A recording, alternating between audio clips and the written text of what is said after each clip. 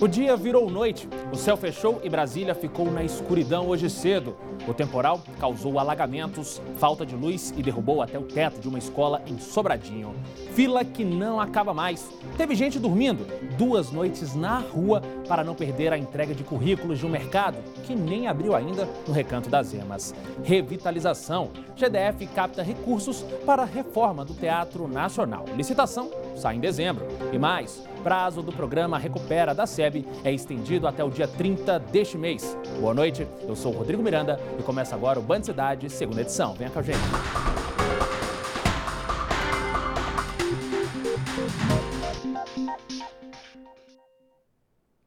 A gente começa o Band Cidade falando sobre o temporal de hoje pela manhã. A chuva durou menos de 2 horas, mas foi o suficiente, olha só, para causar estragos, acidentes e deixar algumas regiões sem luz. Uma manhã de transtornos causados pela chuva. Na 511 Norte, carros ficaram submersos. A água era tanta que mal dava para ver esse gol. Mas só foi a chuva dar uma trégua que o carro da Jaqueline reapareceu. Ela disse que em questão de minutos ela viu a água subindo. Na verdade, eu já me vi dentro dela, tentei, não consegui, tinha muita água e o carro apagou.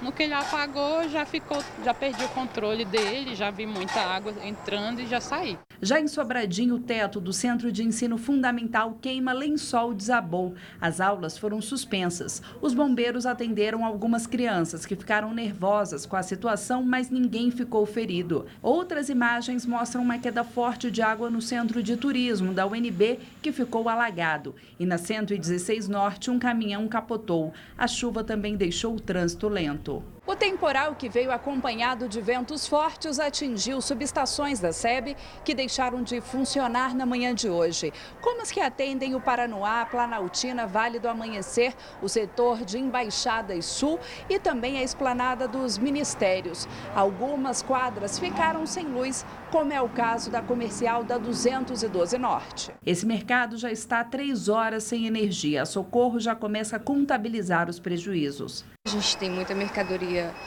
de carne em freezer, então já não tem mais serventia. Já perdeu, já era. E atendimento, por exemplo, como é que acaba fazendo? Não tem como fazer porque não tem energia. A gente tem no break que dura só 15 minutos. A previsão é que venha mais chuva por aí. O Instituto Nacional de Meteorologia revelou que chuvas intensas, como as que foram registradas hoje, vão voltar com a mesma força nos próximos dias. E você viu aí, né? Foi muita chuva mesmo, viu? Só para você ter uma ideia, em 2 horas choveu no DF o equivalente a todo mês de outubro. Como mostramos, o temporal causou uma destruição em uma escola lá na Fercal. A Defesa Civil esteve lá e a escola foi interditada. A Secretaria de Educação informou que está em contato com a Regional de Ensino para realocar os alunos enquanto durar a reforma. Já a SEB informou que os técnicos da companhia estiveram na 212 Norte para fazer a correção da rede elétrica. Como vimos aí, muita gente teve prejuízo por causa da chuva, né? Principalmente quem ficou com o carro submerso. A pergunta é simples. O seguro do carro pode cobrir danos com a chuva? Para responder essa pergunta, a gente recebe aqui no estúdio a especialista em Direito do Consumidor, Ildecê Amorim. Boa noite, Ildecê, é um prazer recebê-la aqui. Agora, fica essa questão aí. O que faz? Se o carro ficou preso aí nessa enchente, como é que faz? Prejuízo? Boa noite, Rodrigo. Não, se o carro está segurado, o seguro vai cobrir, não é? Toda despesa que o segurado tiver com relação a esse carro, qualquer dano, o seguro vai cobrir. O seguro só não vai cobrir se o segurado arriscou passar pela poça d'água, não evitou o alagamento. E aí, se o seguro conseguir provar isso, que ele arriscou, ele vai pagar pelo risco, porque ele agravou o problema, não é? E se ele retirar esse direito da apólice? Porque as apólices, elas são uma apólice padrão. E esse padrão, ele já vem determinado pela SUSEP, pela Superintendência de Seguros Privados, que tem que ter a cobertura para esses casos. Agora, Ildecê, a gente falou de quem tem seguro e caiu aí nessa situação. Agora, quem não tem seguro, como é que faz? Quem não tem seguro vai ter um pouco mais de dificuldade, mas deve acionar o Estado. Porque o Estado, ele é obrigado a ser eficiente, ele não tem que parecer eficiente, ele tem que ser eficiente. Principalmente nesses lugares em que todos os anos a gente vê matérias, vê reportagens de alagamento, nessas áreas é muito mais fácil o consumidor receber o ressarcimento. O Estado ele é responsável e as pessoas que tiveram dano, que tiveram problema e que não têm seguro, procurem os seus direitos. Tem que exigir que o Estado seja eficiente e que não deixe ocorrer esse tipo de problemas com a população. Agora mostra a importância do seguro e de manter em dia também tudo certo, né? Assim, o seguro, o consumidor ele tem que estar atento, porque qualquer mudança, por exemplo, de endereço, ele tem que comunicar à seguradora, senão ele perde o direito. Qualquer mudança que haja no seguro que foi contratado, lá na apólice original, o consumidor ele deve informar a seguradora para não perder nenhum direito quando necessitar. Então, seguro em dia e descer, menos dor de cabeça, né? Exatamente. E acionar o mais rápido possível. Tem 30 dias para acionar, mas acione rápido, porque aí rapidamente também recebe a indenização. DC, muito obrigado pela participação aí e pelo esclarecimento também. Uma boa noite para você. Eu que agradeço. Boa noite. Agora, o assunto é emprego, ou melhor, a falta dele. Hoje pela manhã, o mercado do Recanto das Emas, olha só, recebeu 5.000 currículos de interessados em trabalhar lá. O mercado só vai ser inaugurado no mês que vem. Na disputa por uma das 150 vagas, teve gente que dormiu 2 noites na fila. Uma fila de 2 dias, e não é modo de dizer não. Por 2 dias, as pessoas ficaram na fila para conseguir uma das 150 vagas para 15 cargos que serão abertas nesse supermercado no Recanto das Emas. Para enfrentar a espera exaustiva, as pessoas trouxeram cadeira, travesseiro, barraca. Só às 7h30 da manhã desta quinta-feira, o mercado começou a receber os currículos, um pouco mais cedo do que o previsto. Já era esperado já pelo desemprego alto que a gente tem em Brasília, no Brasil. E a gente inaugurou uma loja também há 2 anos e foi essa mesma procura também por trabalho. As irmãs Marília e Josilane sonham com o primeiro emprego de carteira assinada. Elas vieram de uma cidade que fica no interior de Minas Gerais, Vereda Grande, que tem aproximadamente 400 habitantes. As duas vieram para Brasília em busca de oportunidade de emprego. Acredita que o primeiro emprego pode sair daqui? Tô com fé que vai, né? O lugar onde eu morava era bem pequeno, não tem muita oportunidade. Acredito que aqui vai sair.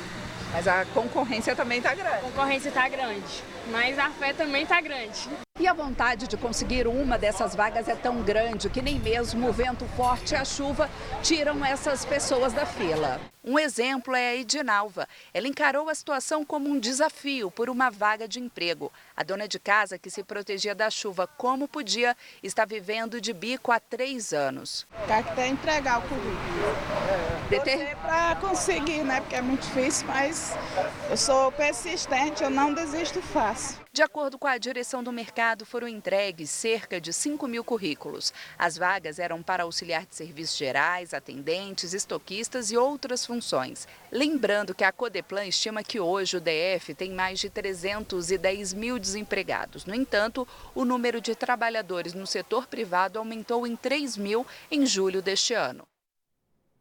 E vamos ver imagem do nosso helicóptero da Band News FM, feitas há pouco pelo repórter Hélio de Albuquerque. Já está aqui na nossa tela. Imagens também do repórter Rafael Procópio.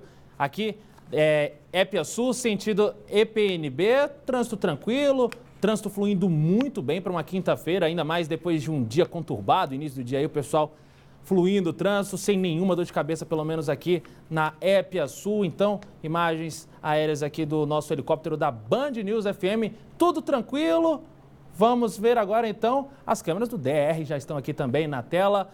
E a EPTG aqui, o balão que fica em frente ao Vicente Pires, também muito tranquilo, olha, surpreendente aí pro horário. Pessoal que está pensando em ir para casa agora, vai para casa, vai descansar, pode pegar o trânsito tranquilo nos 2 sentidos.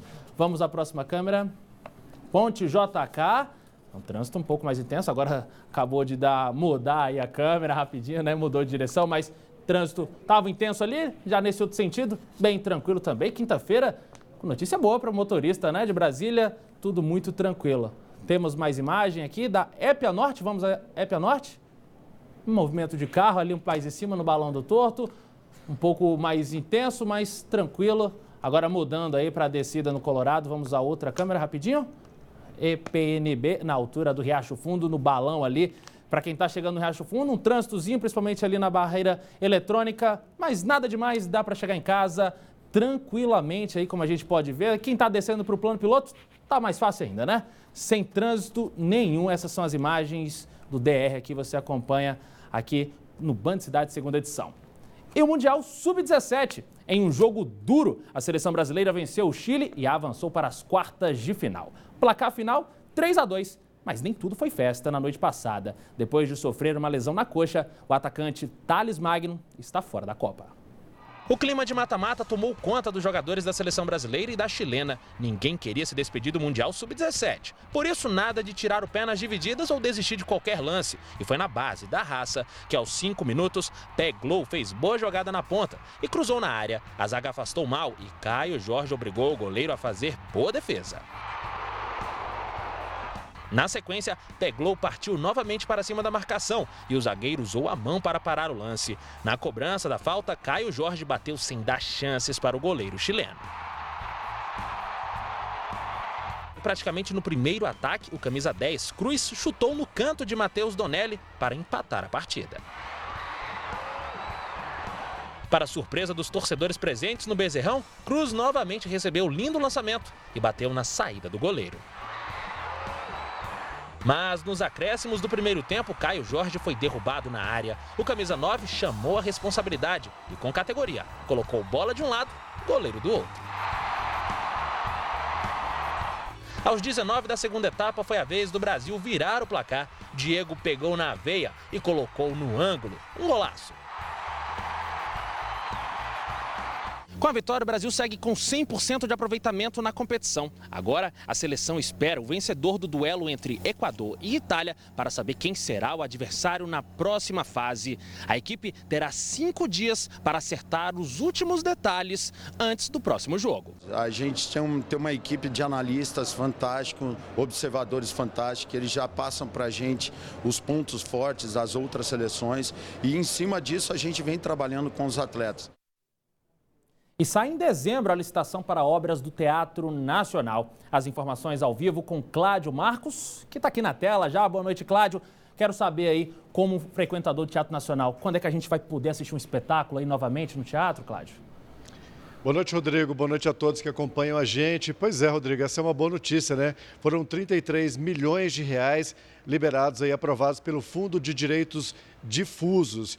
E o GDF diz que agora a reforma do Teatro Nacional é prioridade. Também a Secretaria de Cultura informou que já tem projeto, inclusive, aprovado pelo IPHAN, então é prioridade a partir de agora. Então o governo vai ter aí até dezembro para esse projeto estar aprovado já, e aí terão 18 meses, né? Serão 18 meses, então, para execução da obra. Então a gente vai esperar pelo menos esse período aí para que essa obra, então, seja finalmente concluída. A gente lembra que o Teatro Nacional está fechado desde 2014 por orientação do Corpo de Bombeiros e também do Ministério Público pela falta de segurança.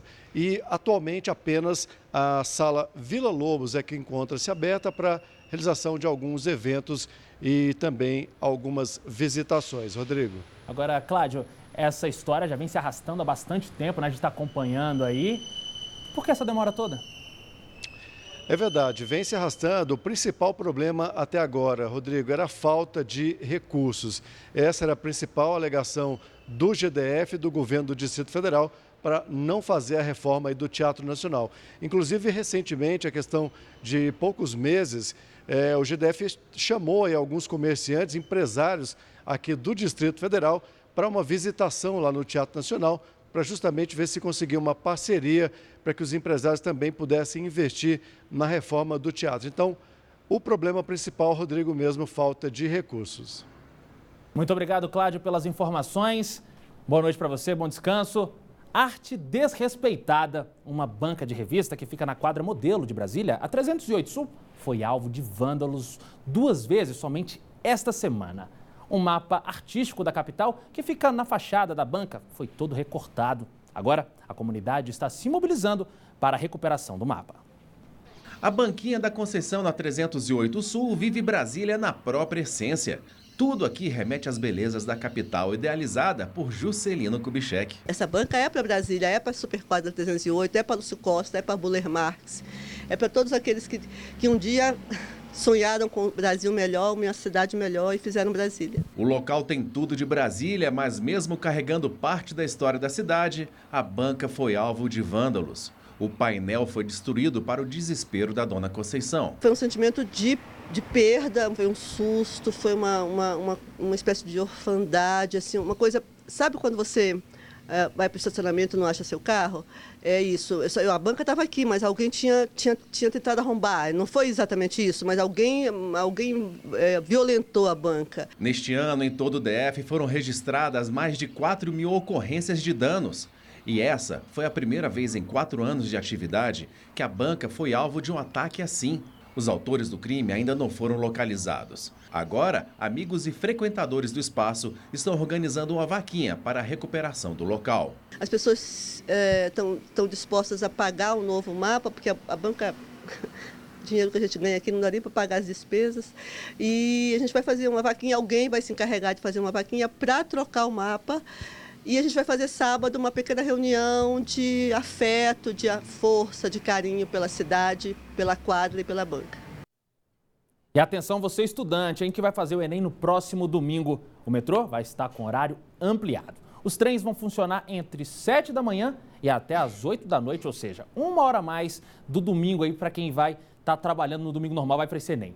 Lembrando agora que os candidatos vão fazer provas de ciência da natureza e suas tecnologias e também matemática e suas tecnologias. Só reforçando que os portões serão abertos ao meio-dia, não vão se atrasar, hein?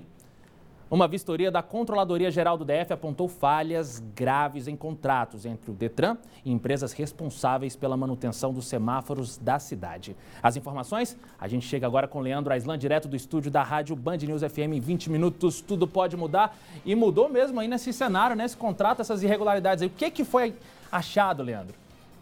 Sem dúvida alguma, viu, Rodrigo Miranda? Boa noite para você, boa noite a todos. Viu? 2 empresas, responsáveis aí pela manutenção dos semáforos aqui do Distrito Federal estão recebendo valores sem necessidade e sem a devida prestação do serviço.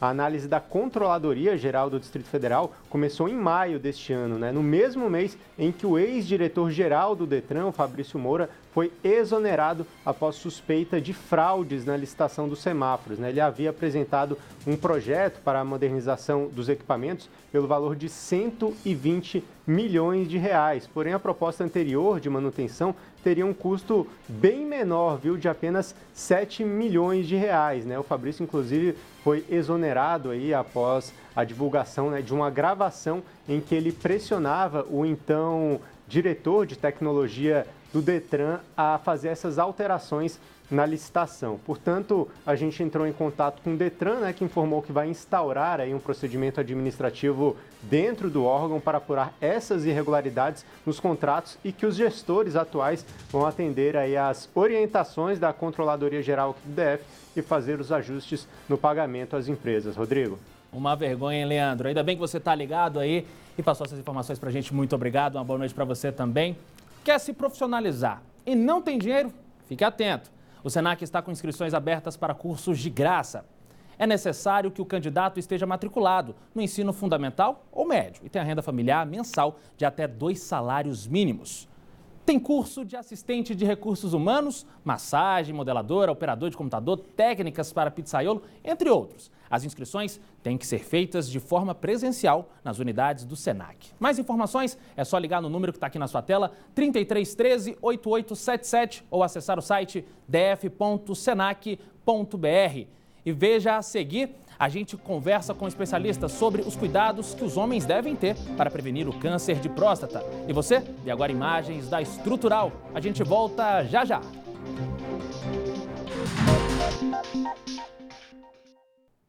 Hora de falar de saúde.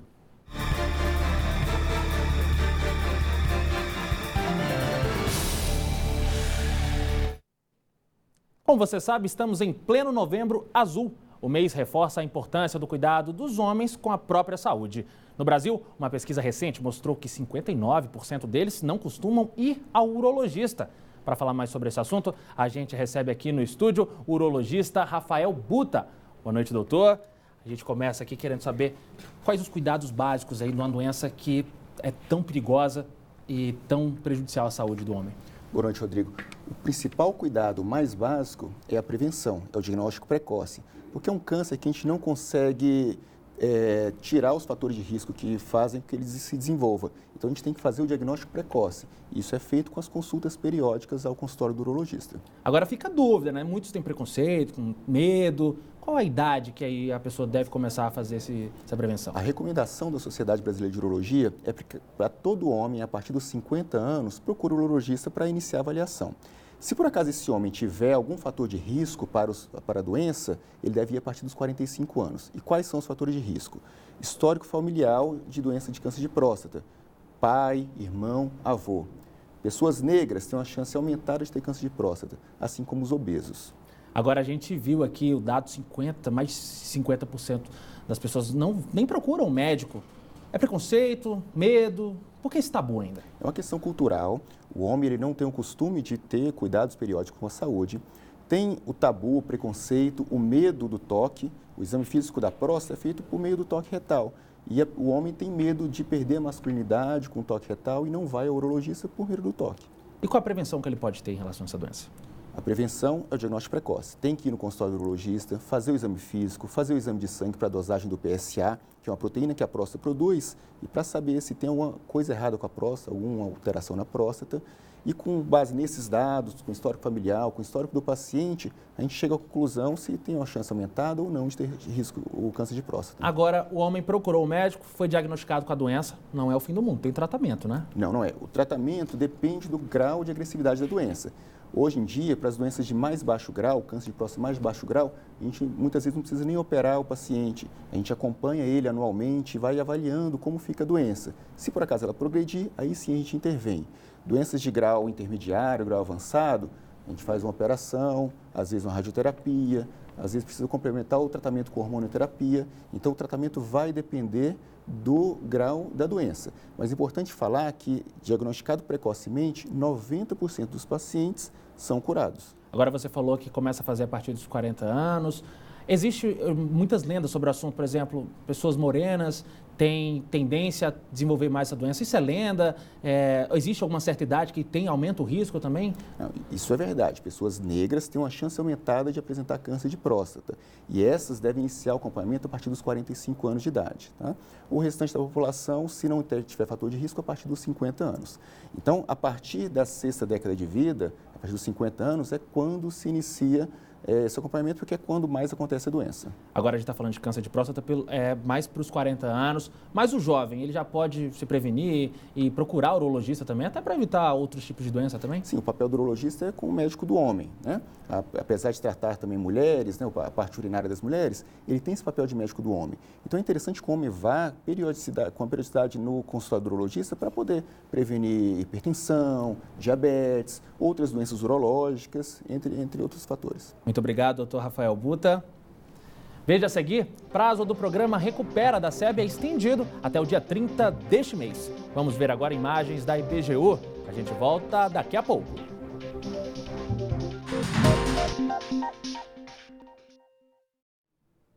Com a transferência da final da Copa Libertadores da América de Santiago, no Chile, para Lima, no Peru, o Procon DF divulgou orientações para quem já pagou passagens e hotel na capital chilena.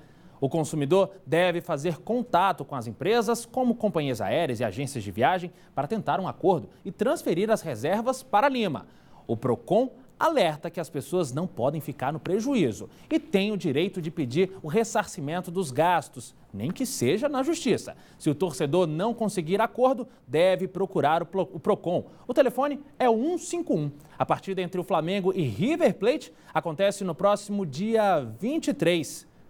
Boa notícia para quem pretende negociar as contas de luz atrasadas. A SEB estendeu até o dia 30 deste mês o prazo para a renegociação de dívidas pelo Programa de Recuperação de Créditos da companhia, o Recupera. Com a prorrogação, empregados com carteira assinada, aposentados, pensionistas e servidores do DF em dívida com a SEB poderão aproveitar o 13º salário para fazer os pagamentos. Pelo programa de renegociação, as contas atrasadas podem ser divididas em até 60 vezes, com índice de financiamento de 1,50%. Quem optar por parcelar em até 5 vezes não paga juros. De agosto a outubro deste ano, a SEB atendeu mais de 12 mil inadimplentes e recuperou mais de 13 milhões de reais. Para negociar dívidas com a SEB, o cliente deve procurar os postos do Na Hora ou qualquer agência de atendimento da companhia. A SEB orienta o consumidor a não deixar a negociação para a última hora, para não correr o risco de encontrar as agências lotadas. E você que gosta de música boa, quem não gosta, né? Não pode perder uma das maiores festas de tributo às décadas de 1980 e 1990. É a tradicional Volta aos Anos 80, que vai rolar no próximo sábado na AABB. A festa já tem tradição na capital e é conhecida por reunir muita gente em clima de nostalgia. A balada promete muita animação ao som de DJs e bandas dos anos 80. E uma atração surpresa vai esquentar ainda mais o clima na pista de dança. É neste sábado, a partir das 10 da noite, no Salão Social da ABB. Ingressos podem ser adquiridos no site que aparece aí na tela. Uma clínica particular do DF vai promover no sábado uma ação pra lá de saudável. É a Blitz Saúde. Quem for participar vai poder fazer avaliações físicas, exames, treinos, ginástica cerebral e desafios. O evento começa às 9 da manhã no canteiro central da quadra 307 Sul e é de graça. Mais informações pelo telefone, que está aqui também na sua tela, 3242-2157. Anota aí, é só ligar. Aqui na Band você tem um canal direto para fazer denúncias, mandar vídeos e mostrar os problemas aí de onde você mora, viu? É o WhatsApp do Band Cidade. Anota aí, é o nosso número e eu espero a sua mensagem, viu? É o 999769204. Obrigado pela sua companhia. Vem aí o Jornal da Band. Boa noite.